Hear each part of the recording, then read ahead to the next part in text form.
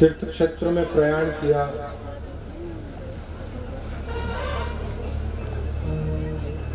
तीर्थ भूमि में आकर के सत्कर्म करने के लिए एकत्रित हुए थे, लेकिन यहाँ आकर के भी आमोद प्रमोद में, मौज मस्ती में, खेल कूद में अपना समय व्यतीत किया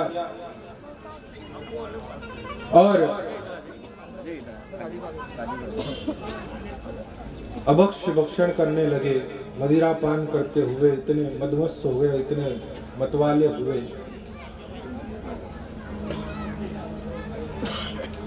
जूत खेल रहे थे। भगवान बलराम जी ने आकर के कहा, अरे मूर्खों, क्या कर रहे हो? तीर्थ भूमि का अपमान कर रहे हो, तीर्थ की मर्यादा का उल्लंघन कर रहे हो। यहाँ आकर के तो सत्कर्म करना चाहिए, यहाँ आकर के तो नाम स्मरण करना चाहिए, यहाँ आकर के पुण्य वृद्धि करना चाहिए। यहाँ आकर के तुम अपने पाप सर पर मढ़ रहे हो। बलराम जी ने समझाने की चेष्टा करी तो बलराम जी के ऊपर दौड़ पड़े मारने के लिए। दाऊ ने कहा, इस वंश का अब जो है समापन्न है, यह वंश अपने विनाश की ओर अग्रसर हो रहा है। जब मेरे आने वाली मेरी संतान, मेरे कुल के, मेरे वंशज ही मेरी बात नहीं मान रहे हैं, तो दूसरों से क्या आशा रखी जाए। बलराम जी ने जाकर के अपना देह त्याग कर दिया और शेष संकर्षण का स्वरूप धारण करके क्षीर सागर में जाकर के स्थित हो गए। भगवान कृष्ण ने देखा कि दाऊ भी अब चले गए हैं। श्रुतियां वेद आकर के भगवान की स्तुति करती है। भूमा देवता ने भगवान से आकर के कहा कि प्रभु, आपकी लीला का कार्य जो है, अवतार का जो कारण था वो पूरा हो चुका है, पृथ्वी का भार उतर चुका है। आप वापस अपने स्वधाम पदार्पण करें। भगवान अपने परम सखा, परम मित्र उद्धव और मैत्रेय ऋषि को लेकर के पीपल के पेड़ के नीचे बैठ करके उन्हें आत्मबोध, आत्म तत्व का ज्ञान प्रदान करते हैं। कृष्ण कयो भागवत में उद्धव को निज ज्ञान, परा परे पर ब्रह्म को दृढ़ करवायो ध्यान। भगवान ने 11 स्कंद के माध्यम से उद्धव को ज्ञान दिया। मैत्रेय ऋषि को बोध तत्व का प्रतिपादन करते हुए, संसार की वास्तविकता का वर्णन करते हुए कहा कि ज्ञान भक्ति वैराग बिन कोई न उतरे पार। ये 3 मार्ग हैं, ज्ञान मार्ग, भक्ति मार्ग और कर्म मार्ग, वैराग्य मार्ग। इन 3 रास्तों में से यदि एक भी जीव अपने जीवन में आत्मसात करके पूर्ण रूपेण उसे अपना करके उस पर चलने का प्रयास करे तो वह अंत में मुझे प्राप्त करता है। परम पुरुषार्थ स्वरूप है परमात्मा। धर्म अर्थ काम और मोक्ष से ऊपर पंचम पुरुषार्थ है परमात्मा का प्रेम तत्व प्राप्त करना। उद्धव से कहा, उद्धव, यदि व्यक्ति की स्मृति, व्यक्ति का विवेक जागृत हो, यदि उसे सही गलत की परख हो, तो वह संसार में घटने वाली प्रत्येक घटना से शिक्षा ले सकता है।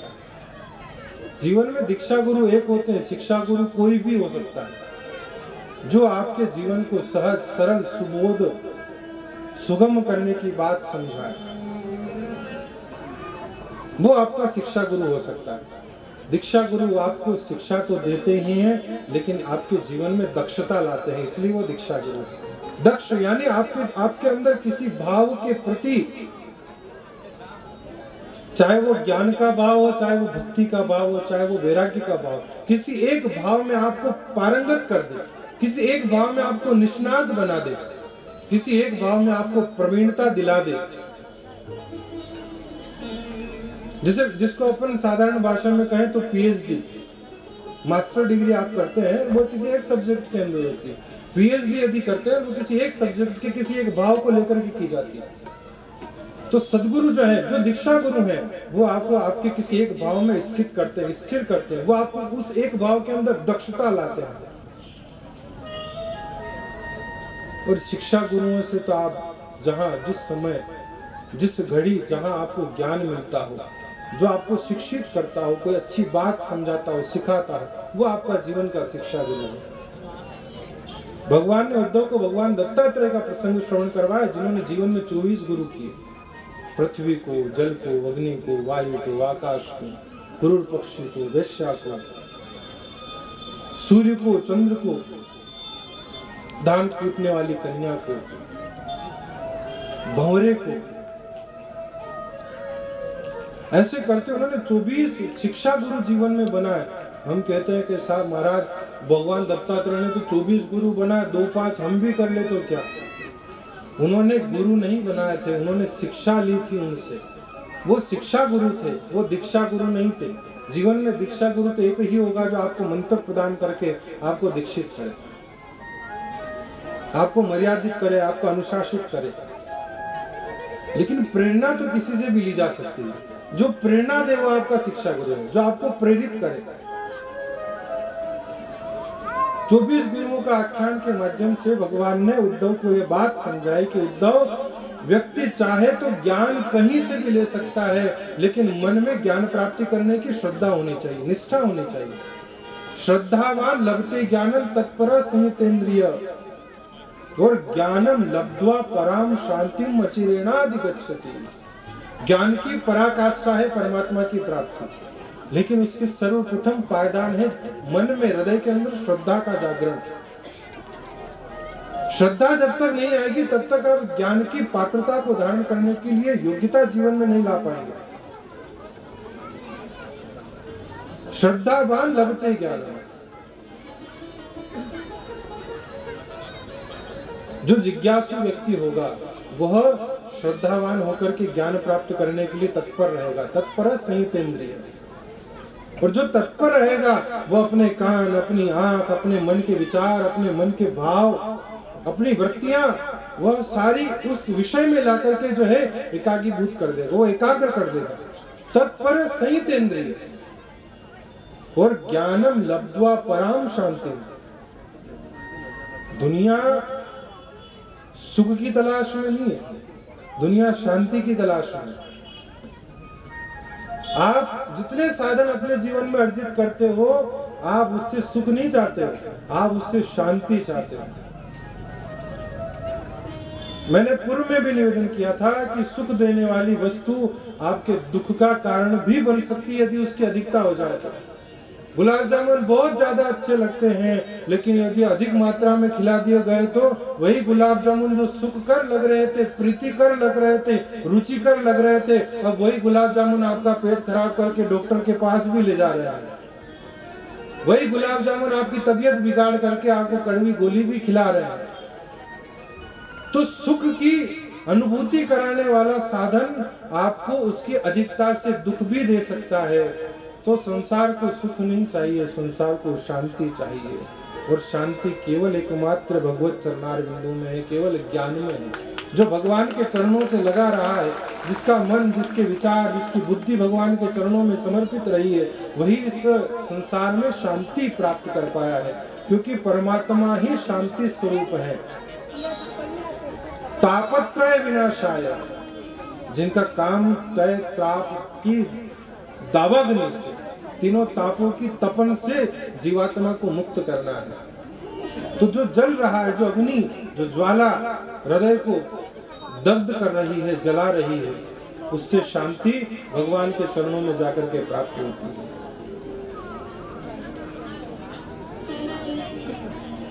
भगवान ने 31 अध्यायों के माध्यम से उद्धव को आत्मबोध, आत्म तत्व का जो है निरूपण करवा करके उद्धव को अंत में अपनी चरण पादुका प्रदान करेंगे। उद्धव ने कहा, भगवान आप इस धराधाम पर मुझे अकेले को छोड़ करके जा रहे हैं, मेरे लिए कुछ आश्रय तो दो।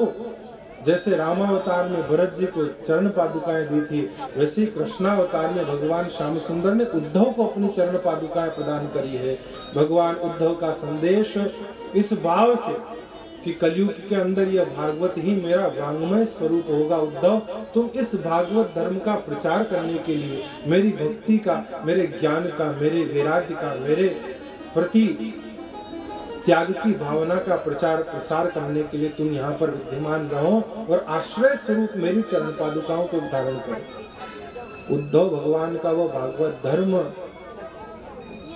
सीख करके, श्रवण करके और भगवान की चरण पादुकाओं को अपने मस्तक पर धारण करके बद्रिकाश्रम के लिए प्रस्थान करते हैं। इधर महर्षि मैत्रेय को भगवान ने आदेश दिया कि मैत्रेय, यदि विदुर कहीं मिले तो उससे कहना कि कृष्ण ने तुम्हें याद किया। कितना बड़ा भाग्य होगा विदुर जी का कि भगवान जो संसार अपने तन त्याग करने से पूर्व ये भाव रखता है कि यह शरीर, यह देह जब अपनी आत्मा का परित्याग करे, जब प्राण शरीर से छूटे तो भगवान स्मरण हो पाए, भगवान की याद आ जाए। यह सारी कामनाएं हर संसार का प्रत्येक आस्तिक भक्त व्यक्ति करता है, लेकिन वो भक्त कितने बिरले रहे होंगे जिन्हें परमात्मा ने इस धराधाम को छोड़ने से पूर्व याद किया। विदुर इतने बड़भागी थे कि जिनको भगवान ने याद किया। मैत्रेय से कहा कि मैत्रेय, यदि विदुर कहीं मिले तो ये जो भागवत धर्म मैंने तुम्हें सिखाया है, ये भागवत धर्म तुम विदुर को भी दे देना, उसे भी समझा देना, उसे भी श्रवण करवा देना। कहना कि कन्हैया तुम्हें याद करते हुए अपने स्वधाम गए हैं। विदुर जी महाभारत के उस युद्ध से पूर्व जब द्रौपदी का वस्त्रहरण हो रहा था, उस घृणित कार्य की, उस निंदित कर्म की उन्होंने बहुत निंदा करी, लेकिन जब उनकी कोई सुनी नहीं गई तो उन्होंने उस स्थान को छोड़ करके अपना धनुष उस राज दरबार की, राजसभा की डोरी पर रख करके वहां से प्रस्थान कर लिया कि जब नीति का विरोध किया जाने लगे, जब नीति का मान रखने वाला कोई नहीं रहे, तो भला उस राजसभा में मंत्री का क्या था। विदुर मंत्री थे हस्तिनापुर के, उन्होंने उस राजसभा का त्याग किया था, उसके बाद से लौट करके नहीं आए थे, तीर्थाटन कर रहे थे, तीर्थ भ्रमण के अंदर थे। तो भगवान ने विदुर को याद किया। भगवान मैत्रेय को भी विदा करते हैं और यह इधर यादव कुल आपस में किसी बात को लेकर के कहा सुनी हो गई। बात जो है आपाधापी तक पहुंचते हुए हाथापाई पर पहुंच गई, और हाथापाई करने के लिए शस्त्र तो सब द्वारिकापुरी में समुद्र में विलीन हो चुके थे, कुछ था नहीं। तो जो मूसल इन्होंने घिस घिस करके बहाया था, वही मूसल जो है किनारे पर जाकर के एरा नाम की घास में जो है परिवर्तित हो गया। ऐसी घास जिसकी धार इतनी तीक्ष्ण कि यदि हाथ का स्पर्श हो जाए गलती से भी तो वह अंग से जो है रक्त की बूंदे टपकने लग जाए, रक्त जो है निकलने लग जाए। इतनी तीक्ष्ण धारा से युक्त वह एरा नाम की घास को लेकर के ही आपस में एक दूसरे के ऊपर वार करते हुए यह 56 करोड़ यादव जो है वहां पर लड़ झगड़ करके समाप्त हो गए। भगवान श्याम सुंदर अपने सामने अपने पूरे वंश का विनाश देखा, लेकिन जो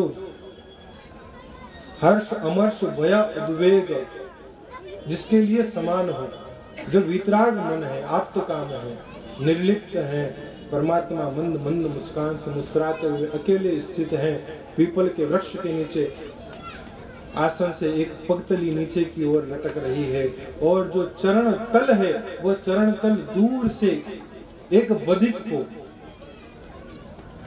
ऐसा दिखाई दिया मानो कोई हिरण का मुख हो, और देख करके बाण संधान किया, जाकर के भगवान के पगतली में जाकर के बाण लगा। पास में आकर के देखा तो श्याम सुंदर द्वारिकाधीश विराजमान थे, रुदन करने लगा, भगवान के चरणों में क्षमा प्रार्थना करता है, प्रभु मैं जान नहीं पाया, दूर से ऐसा आभास हुआ कि कोई हिरण का मुख है और मैंने आपकी पगतली में जो है बाण भेद कर दिया। भगवान ने कहा इसमें तुम्हारी कोई त्रुटि नहीं है, ये विप्र श्राप है। ये बाण का जो नोक थी, ये नोक उस मूसल के बचे हुए टुकड़े से बनी जो घिसने में पकड़ने में सहज नहीं था, तो उस टुकड़े को यूं ही समुद्र में प्रवाहित कर दिया गया।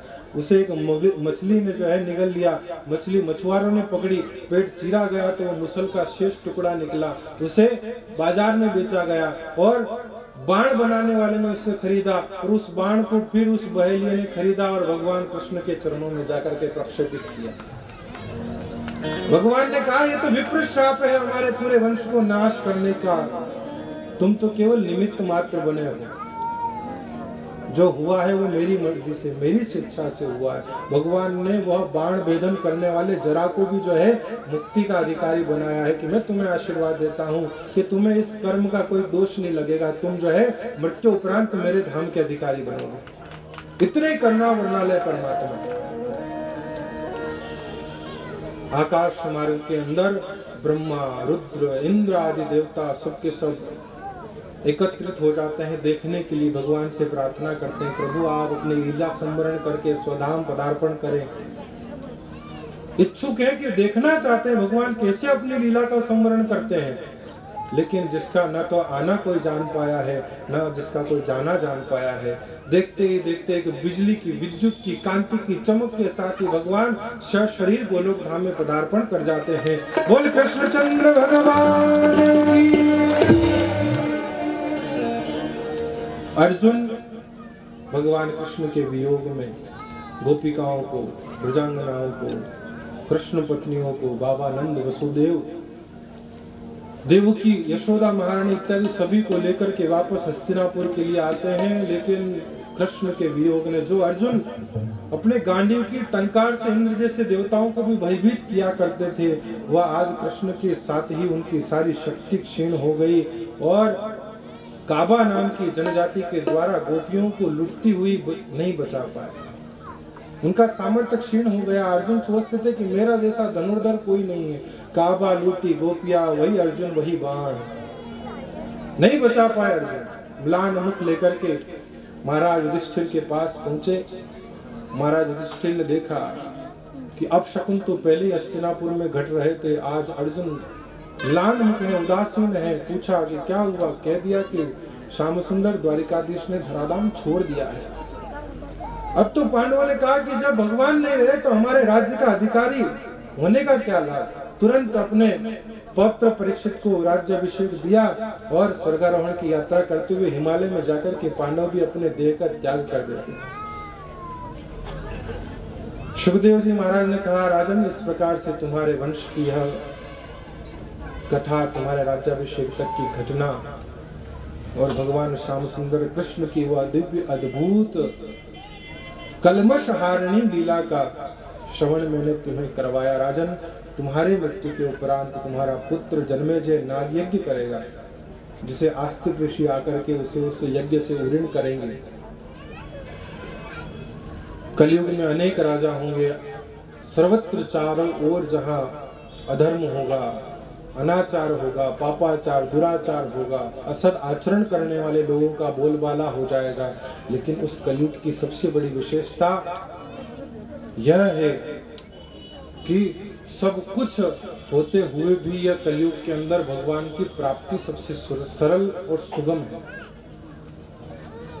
आदमी चाहे कितना ही मन से किसी के लिए बुरा सोच ले, लेकिन उसका कोई दोष उसे नहीं लगेगा। लेकिन यदि वह मन से किसी का भला करने का विचार लाता है तो कलयुग माही यही प्रतापा, मानसिक पुण्य होए नहीं पापा।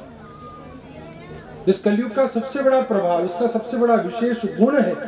लाख बुराइयां मौजूद है इसके अंदर, लेकिन सबसे बड़ा सद्गुण ये है कि हरिर नामेव, हरिर नामेव, हरिर नामेव केवलम, कलो नास्तेव नास्तेव नास्तेव गतिर अन्यथा।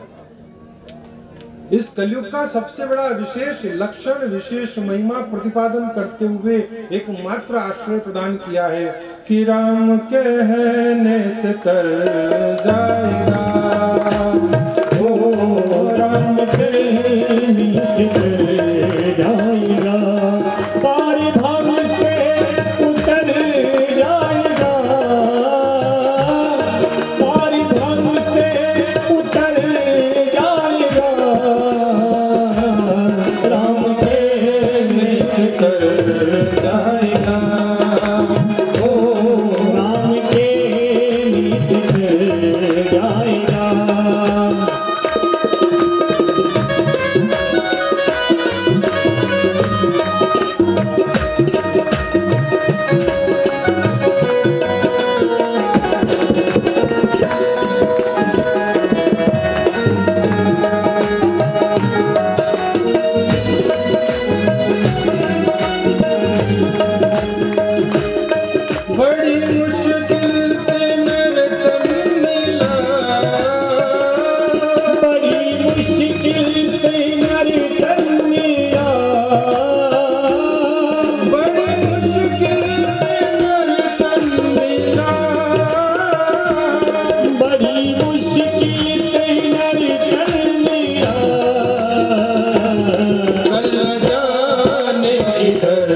जाएगा, वो कल न जाने किधर जाएगा, वो राम के नीचे कर जाएगा।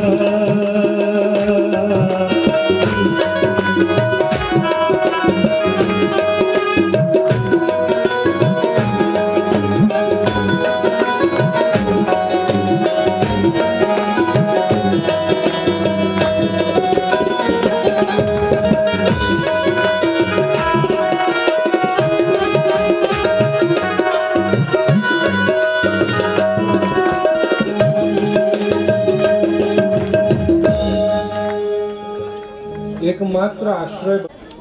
यदि जीवात्मा कुछ नहीं जाने, मंत्रहीनम क्रियाहीनम भक्तिहीनम सुरेश्वरा यत् पूजितम मया देव परिपूर्णम तदस्तु, कुछ नहीं आता है तो इतना तो हो सकता है कि बैठ करके कुछ देर कुछ क्षण भगवान नाम संकीर्तन कर सके, भगवान नाम स्मरण कर सके। आप नहीं करते, षोडशोपचार पूजा नहीं आती है, पंचोपचार पूजा नहीं आती है, मंत्र अभिषेक वेद की ऋचाएं गाना नहीं आती है, लेकिन इतना तो हो सकता है कि बैठ करके राम राम राम राम तो कर सकते हैं। नाम लिया तिन सब किया, जप तप तीर्थ दान। जिसने नाम का आधार ले लिया वह इस संसार से पार हो गया। भव सागर का किनारा प्राप्त करने के लिए यदि सबसे बड़ी सहज सरल सुगम नौका यदि है तो भगवान के नाम का आश्रय। किसी भी नाम का सहारा ले लो साहब, ये नाव में बैठ जाओगे पार हो जाओगे। यह कलयुग का सबसे बड़ा गुण है, इसकी सबसे बड़ी विशेषता है। राजन, कलयुग के अनेक दोष होते हुए भी उसका सबसे बड़ा यह भाव, यही विशेषता रही है, इसीलिए कलयुग सबसे श्रेष्ठ है।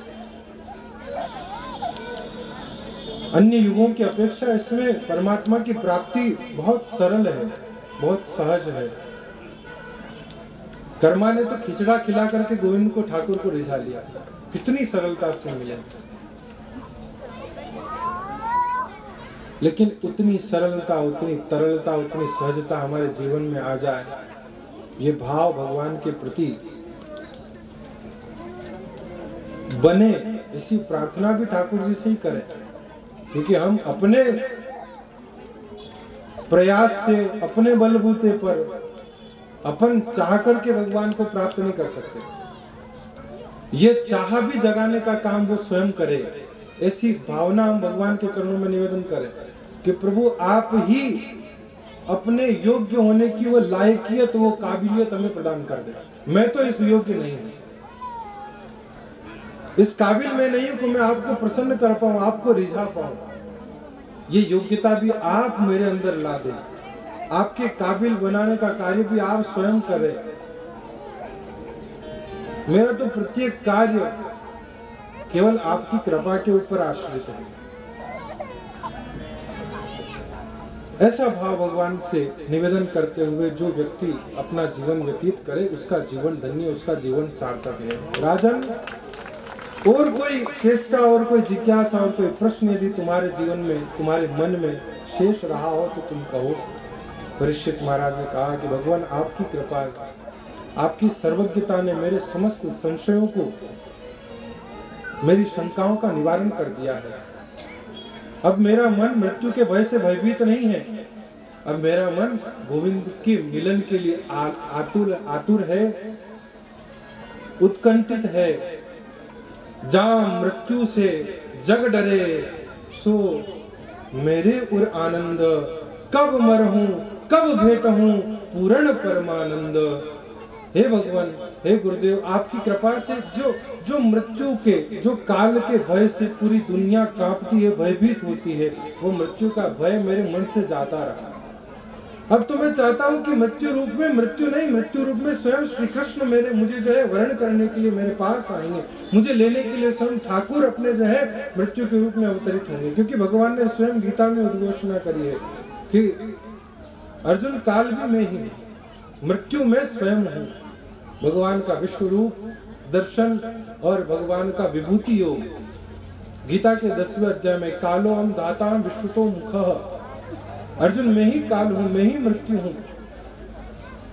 तो यह भाव परीक्षित के मन में जागृत हुआ भागवत सुनने से कि अब मृत्यु नहीं, अब तो परमात्मा स्वयं साक्षात गोविंद मुझे लेने के लिए आए हैं। जाओ मृत्यु से जग डरे सो मेरे उरा हूं। अब तो तैयार तत्पर बैठा हुआ हूं कि महाराज कब मृत्यु आए, कब कृष्ण से मिलन हो, कब कृष्ण का सामीप्य प्राप्त हो। महाराज परीक्षित के ऐसे भाव को सुन करके सुखदेव जी महाराज ने कहा कि राजन अब और कुछ कहने के लिए शेष रहा नहीं है, तुम अपने मन को, बुद्धि को, चित्त को, अहंकार को भगवान के चरणों में समर्पित करते हुए ध्यान, धारणा, योग और समाधिस्थ होकर के जो है भगवान के प्रति निवेदित हो जाओ। सुखदेव जी महाराज वहां से प्रस्थान करते हैं। महर्षि राजर्षि परीक्षित अपने ध्यान में तल्लीन होकर के अपना तन, अपना मन और अपना प्राण जो है भगवान के ठाकुर जी के श्री चरणों में निवेदित करते हैं। ब्रह्मरंध्र के द्वारा इस सहस्त्राधार से जो है अपने प्राणों का निर्गमन करके वह तो मुक्ति के अधिकारी बन गए। और परीक्षित महाराज का 7 दिन के 7 दिवसीय अनुष्ठान के माध्यम से सुखदेव जी महाराज ने उन्हें मुक्ति का अधिकारी बना दिया। बोलिए कृष्णचंद्र भगवान की, भागवत महापुराण की। इस प्रकार से यह परम पावनी, कलमशहारिणी, त्रैताप विनाशिनी श्रीमद् भागवत का यह 7 दिवसीय अनुष्ठान अपने विराम की ओर है, विश्राम की ओर है। इन 7 दिवस की कथाओं के माध्यम से जो कुछ ठाकुर जी की प्रेरणा, उनकी कृपा के फलस्वरूप उन्हीं का प्रसाद आप समस्त श्रोतागणों की आस्था निष्ठा की थाली में परोसने का प्रयास किया। यदि कहीं कोई व्यंजन स्वादिष्ट नहीं लगा हो, किसी में कोई कमी हुई हो, किसी के कारण आपको अरुचि जागृत हुई हो, तो ऐसे वाक्यों को मेरे द्वारा प्रयोग में लाए हुए संदर्भों को आप यहीं छोड़ करके जाएं और जो स्वादिष्ट लगा उसे अपने घर तक पहुंचाएं, आस पड़ोस वालों में भी वितरण करें। वह प्रसाद जो रोज आपको मिली है उसे तो आप अपने तक ही सीमित रखते हैं, लेकिन यह भागवत जी का, भगवान का प्रसाद यह सबके लिए, सबको बांटे जाने योग्य है। आभारी हूं मैं भाई श्री कमल जी का, साधुवाद के पात्र हैं आप कि जिन्होंने अपने अर्जित संपदा का प्रयोग भगवान श्री ठाकुर जी की सेवा के लिए, आप जैसे समस्त श्रोताओं को लाभान्वित करने के लिए, आपको इसका लाभ प्रदान करने के लिए अपनी संपदा का, अपनी शक्ति का सदुपयोग किया। भाई श्री कमल जी, उनके सुपुत्र द्वय मनीष एवं सचिन जी और हमारे जमाई साहब अजय जी, आप सभी का जो स्नेह है, आप सभी का जो प्रेम, आप सभी का जो भाव ठाकुर जी के प्रति इन 7 दिन के इस अनुष्ठान में जो निवेदित हुआ, जो समर्पित हुआ, मैं आप सभी के प्रति ठाकुर जी के श्री चरणों में यही प्रार्थना, यही विनती, यही अरदास करते हुए कि आप सभी का जीवन सुख, समृद्धि, ऐश्वर्यमय बने। और इस कार्यक्रम की योजना के अंदर जिनका सबसे बड़ा हाथ रहा, हमारे भाई श्री वल्लभ जी देवड़ा, हमारे अनन्य सुंदरकांड के प्रेमी भाई श्री मोहन जी सोनी, जिनके अथक प्रयास में, जिनकी अथक मेहनत और परिश्रम ने इस कार्यक्रम को सफल बनाने में 4 चांद लगाने की अपनी जो है उपस्थिति दर्ज करवाई। भाई श्री कैलाश जी, दिनेश जी, वेद और भी जितने भी जिनका सहयोग इसमें प्रत्यक्ष अप्रत्यक्ष रूप से मिला है। भाई श्री कमल जी के बड़े भाई साहब भंवर जी, उनके छोटे भाई मदन जी, आपका भी सहयोग, आपका भी प्रेम, आपका भी स्नेह बड़ा यहाँ पर इन 7 दिनों की इस अवधि में मिला और लगा ही नहीं साहब कि यह भागवत के 7 दिन कब कैसे निकल गए, कहाँ निकल गए, जरा भी आभास नहीं हुआ। मैं आप सभी श्रोताओं के प्रति भी यह मंगल कामना ठाकुर जी के श्री चरणों में यह निवेदन करूंगा कि आप सभी श्रोताओं का जीवन भी सुख शांति समृद्धिमय ऐश्वर्यमय बने, आपकी संतानें आपके आने वाले भविष्य को सुयोग्य बनाए, स्वस्थ बनाए, आरोग्य बनाए, प्रसन्नता से युक्त बनाए। मैं साधुवाद करना चाहूंगा विप्रवृंद का, जिनकी उपस्थिति ने इस भागवत के आयोजन में अपनी अभ्यर्थना से, अपनी पूजा, अपने अर्चन, अपने विधान के माध्यम से ठाकुर जी के श्री चरणों में अपनी सेवाएं प्रस्तुत करी। दोनों विप्रवृंद, मैं आभार व्यक्त करना चाहूंगा हमारे संगीतज्ञ भाई गोपाल जी और हमारे शिव जी और भाई विशाल, जिन्होंने अपने संगीत की स्वर लहरियों की, अपने संगीत के वाद्य यंत्रों की सेवा के माध्यम से ठाकुर जी के इस कथा के गायन में मेरा सहयोग किया। और सबसे बड़ा आभार जिनके होने से मेरी आवाज आप तक पहुंच रही है, हमारे अनन्य भाई मनीष जी, पवन साउंड भाई दीपक, जिन्होंने अपनी सेवा, जिन्होंने अपनी तत्परता से अपने साउंड की, अपने इस माइक की व्यवस्था को सुव्यवस्थित रूप से जो है इस भागवत की सेवा में समर्पित किया। मैं उनके जीवन के प्रति भी, आप सभी के जीवन के प्रति मैं मंगल कामना करते हुए ठाकुर जी से यही प्रार्थना अरदास करूंगा कि आप सभी का व्यापार व्यवसाय दिन दुनी रात चौगुनी वृद्धि को प्राप्त हो और आपका जीवन सुख से, शांति से, सौहार्द से परिपूर्ण हो। हमारे वीडियो रिकॉर्डिंग करने वाले फोटोग्राफर, वीडियोग्राफर भाई साहब, इनकी भी सेवाएं जो है बराबर ठाकुर जी के इस पूरे आयोजन को जो है उन स्मृति के उन पलों को कैद करने के लिए यहाँ पर उपस्थित रही। मैं आपका भी आभार व्यक्त करता हूँ। मैं बहुत बहुत आभार, बहुत बहुत साधुवाद प्रकट करता हूँ। आप सभी का जीवन मंगलमय हो, आप सभी का जीवन कीर्ति। चरण अनुरागियों के प्रति भी बहुत बहुत आभार व्यक्त करता हूँ। आपका जीवन मंगलमय हो, कल्याणमय हो, शांतिमय हो, समृद्धिमय हो, ऐसी प्रार्थना ठाकुर जी के श्री चरणों में करते हुए अपने भावों को यहाँ पर मैं विश्राम देता हूँ। श्री कृष्ण गोविंद चरणों में। हाँ, सर्वे संतु निरामया, सर्वे भद्राणि पश्यन्तु, मां कश्चित् दुख भाग भवेत्। ओम शांति ही शांति ही शांति ही। बोलिए कृष्णचंद्र भगवान की, भागवत महापुराण की, देव की, सत्य सनातन धर्म की। शिव नमः पार्वती पते, हर हर महादेव।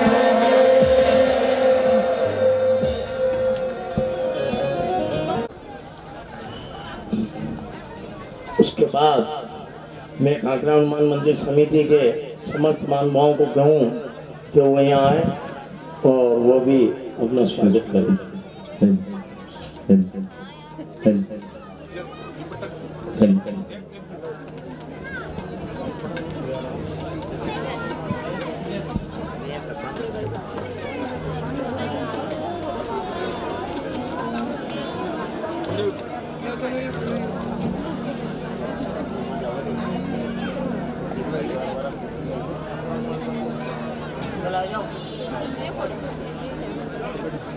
कल रुक्मिणी विवाह में जो राशि प्राप्त हुई है उसमें कुल टोटल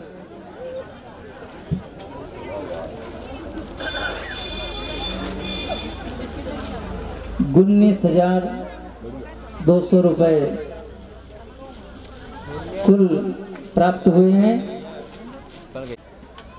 फूड खोल लेंगे के लिए आयोजक परिवार में से ही मदन लाल जी सोनी साहब ने जो बोली लगाई थी वह राशि वह उनके सपत्नी दोनों जने गुरुदेव को समर्पित कर रहे हैं। बोले राम जी महाराज की जय।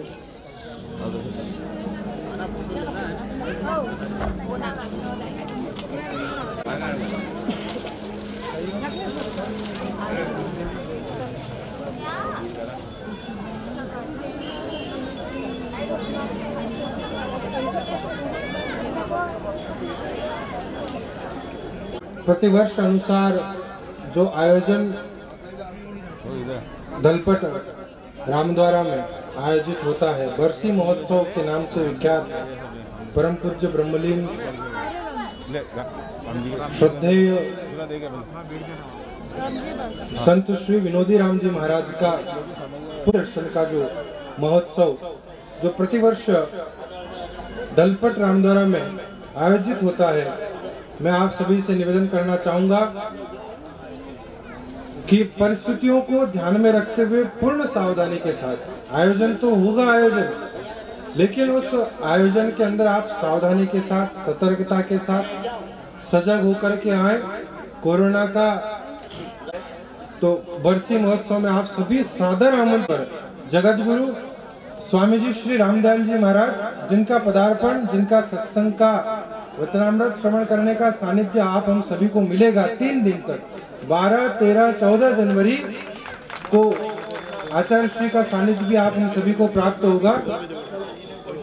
उस कार्यक्रम में आप सभी सादर आमंत्रित हैं, आए, संतों की तक करें, लेकिन विशेष ध्यान रखें, सर्दी भी है और कोरोना भी धीरे धीरे वापस अपने पैर पसार रहा है, तो पूर्ण सावधानी, पूर्ण सतर्कता के साथ। ऐसे नहीं कि साहब भीड़ जो है उसके अंदर आप भीड़ की देखा देखी करते के साथ कोई मास्क नहीं पहन रहा तो हम क्यों लगाएं। पूरी सावधानी रखें, पूरी सावधानी के साथ में वहां पर आप लाभ लेने का प्रयास करें। बोलिए सद्गुरु देव की जय है।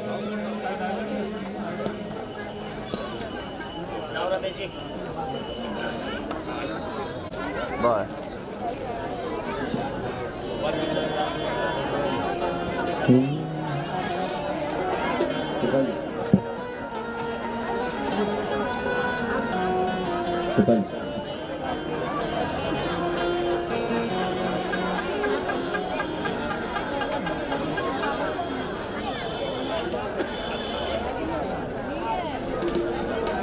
राम करेंगे बेड़ा पार, उदास मनी करे तो करे तेरा।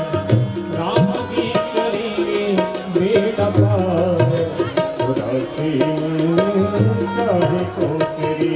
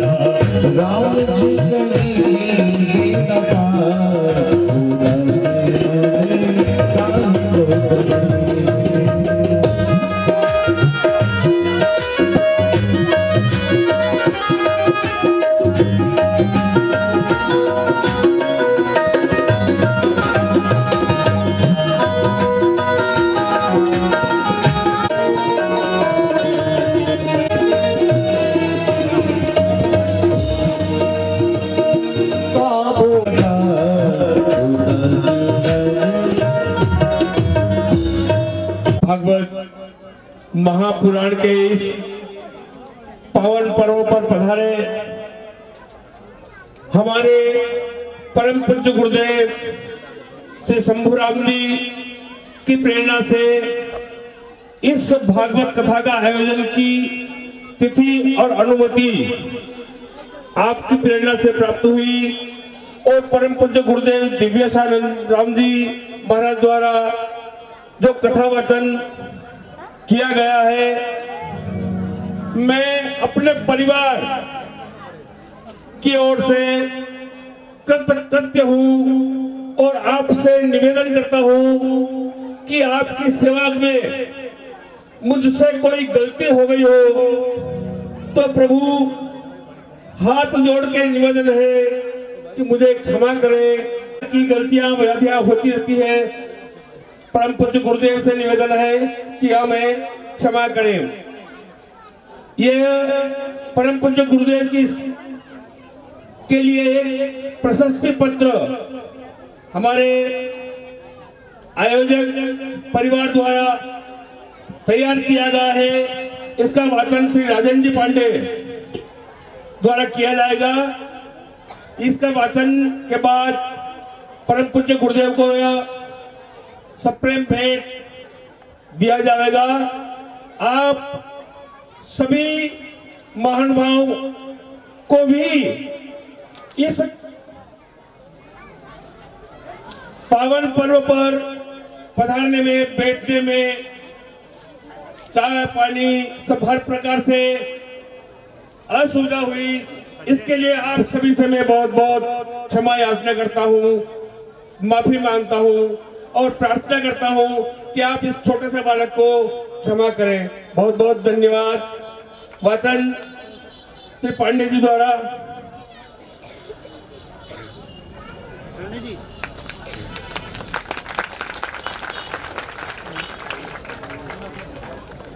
फोटो ले काना आप वॉइस कर रहा हूँ। एक संक्षिप्त में वाचन करने, बहुत संक्षिप्त में है गुरुदेव का परिचय। श्री गणेशाय नमः, श्री सरस्वती नमः, श्री सद्गुरुभ्यो नमः। श्रीमद् भागवत ज्ञान गंगा यज्ञ महोत्सव सुवासरा जिला मंदसौर अभिनंदन पात्र अभिनंदनी श्रद्धे श्री दिव्येश्वराम जी। ठीक है, अच्छा भाई धन्य है पुण्य धरा पावन धरा जिस पर जन्मदायी माता पिता द्वारा अपने कुल दीपक को धर्म प्रचार एवं संस्कृति की रक्षा हेतु राम द्वारा धरपट के परम पूज्य श्री शंभूराम जी महाराज को 10 जनवरी 2002 को समर्पित किया गया। आपकी प्राथमिक स्तर की शिक्षा श्री सरस्वती शिशु मंदिर धनपट सुवासरा में संपन्न हुई। तत्पश्चात BA Udaipur Rajasthan, MBA national university Jaipur Rajasthan से तथा संगीत में 2 वर्ष का डिप्लोमा अखिल भारतीय गंधर्व महाविद्यालय मुंबई से पूर्ण किया। आपकी दीक्षा अंतर्राष्ट्रीय राम स्नेही संप्रदाय के प्रधान पीठाधीश्वर जगत गुरु आचार्य स्वामी श्री रामदयाल जी महाराज की आज्ञा से सद्गुरुदेव परम पूज्य संत श्री शंभूराम जी महाराज राम द्वारा धरपट भेग भंडारी शाहपुरा के द्वारा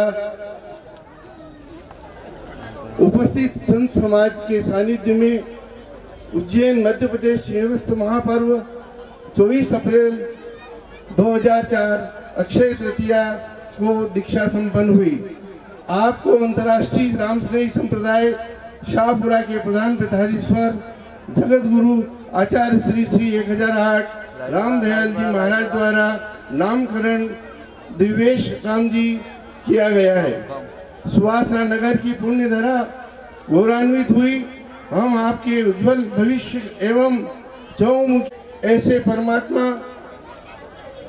परमपिता परमात्मा से कामना करते हैं। स्वर्णकार समाज से साड़ीवाली परिवार सोनी परिवार के श्री कमल कुमार सोनी रिटायर्ड शिक्षक व अध्यक्ष स्वर्णकार समाज सुहासरा द्वारा अपने माता पिता स्वर्गीय श्रीमती सीताबाई व पिता श्री स्वर्गीय श्री प्रभुलाल जी सोनी एवं धर्मपत्नी 7 दिवसीय भागवत ज्ञान गंगा यज्ञ महोत्सव का आयोजन दिनांक 3 जनवरी 2022 से 9 जनवरी 2022 तक संपन्न हुआ।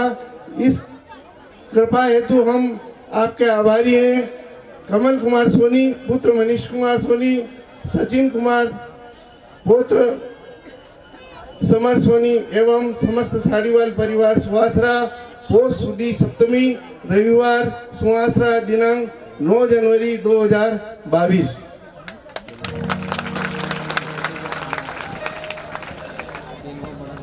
फोटो फोटो फोटो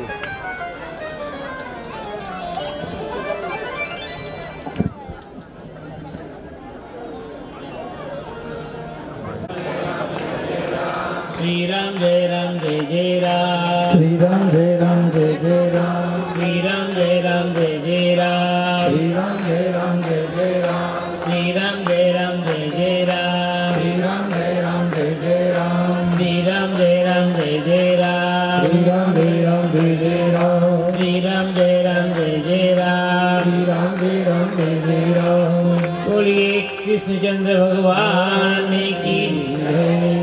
पहले तो मैं आपसे पूछ लूं